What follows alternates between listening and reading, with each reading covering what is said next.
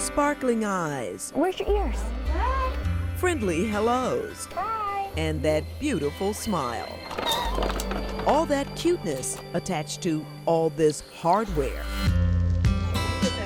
A tower of machines and monitors for breathing and eating, bags, tubes, a trach, and cords, keeping Michael Winchester alive. Munch. Smart as a whip, Michael used our cameras showing up in his bedroom as an excuse to break away from his typical routine. I think he likes the cameraman. He gets 20 hours of nursing care, I do vital signs every 5 hours on him.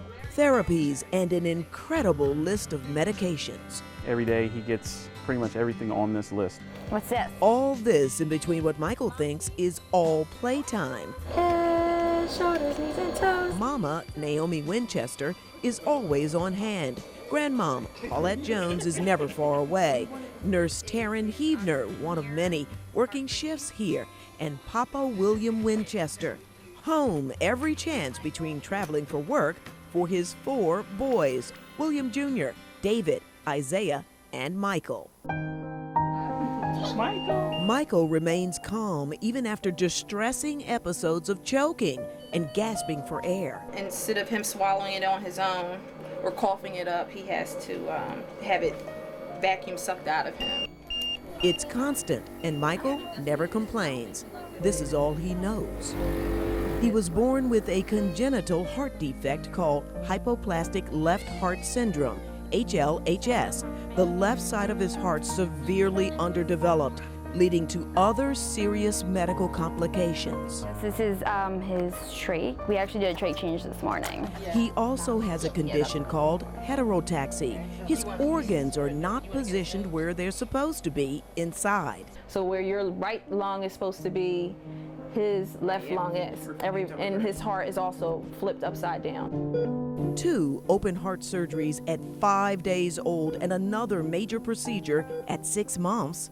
I can't really explain it. It just seemed like I was living in another world. His parents say they were told their little Michael may not ever make it home. Therefore, all I could do was just put my hand underneath him, and that was the way I held him for about 2 months.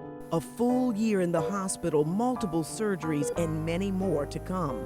He's defied the odds so far, and I think he's going to keep fighting. I didn't know how serious it was. I didn't know, I was hearing these technical terms, but I didn't know day to day what that was going to mean. If you want to take them, then I can grab these. It takes a whole team and a different machine just to move Michael from bedroom to family room at Grandma's house.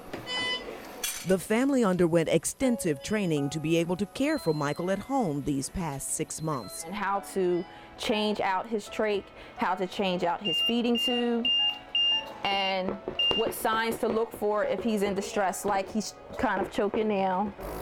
So I need to suction him. And he's kicking because he's trying to catch his breath. I am terrified, but they don't break a sweat over this. The more he fights, the stronger it makes me. What they are stressing over is a power outage. A brief scare exposed their biggest challenge. But it was very scary because we knew without electricity how everything can just fall apart for him, and he's come so far. As the family prepares for Michael's second round of surgeries, with better odds, they've had to set up a GoFundMe account to help raise the money it's going to take to buy a backup generator for their centuries-old home. If the lights go out here, that means that we can call an ambulance, yes, but that's still time that's ticking. And she worries about a risk of brain damage from lack of oxygen to a feisty little boy who just may be able to go to school and play with other kids someday. He's tough, and he just wants it. He wants to be here. Very possible with a little help from some big hearts. Joyce Evans, Fox 29 News.